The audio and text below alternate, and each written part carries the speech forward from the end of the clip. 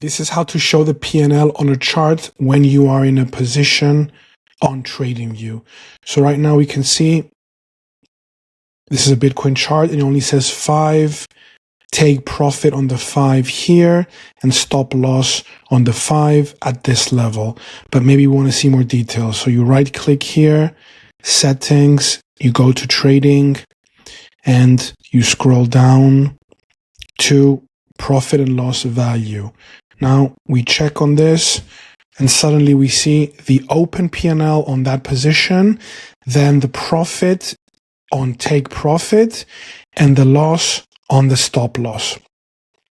Now right now this shows the money, currency. Maybe we want to see percentage.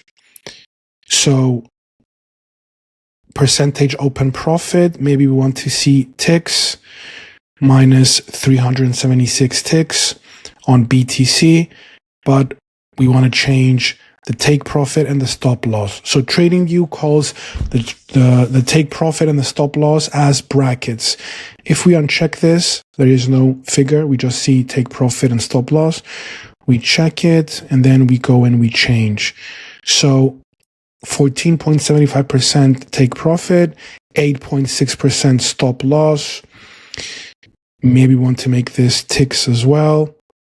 So this is how you manage this feature.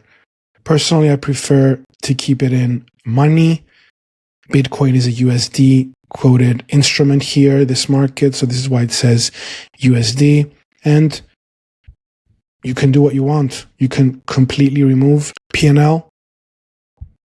You can enable it. And this is how to show P&L on TradingView when you are in a trade.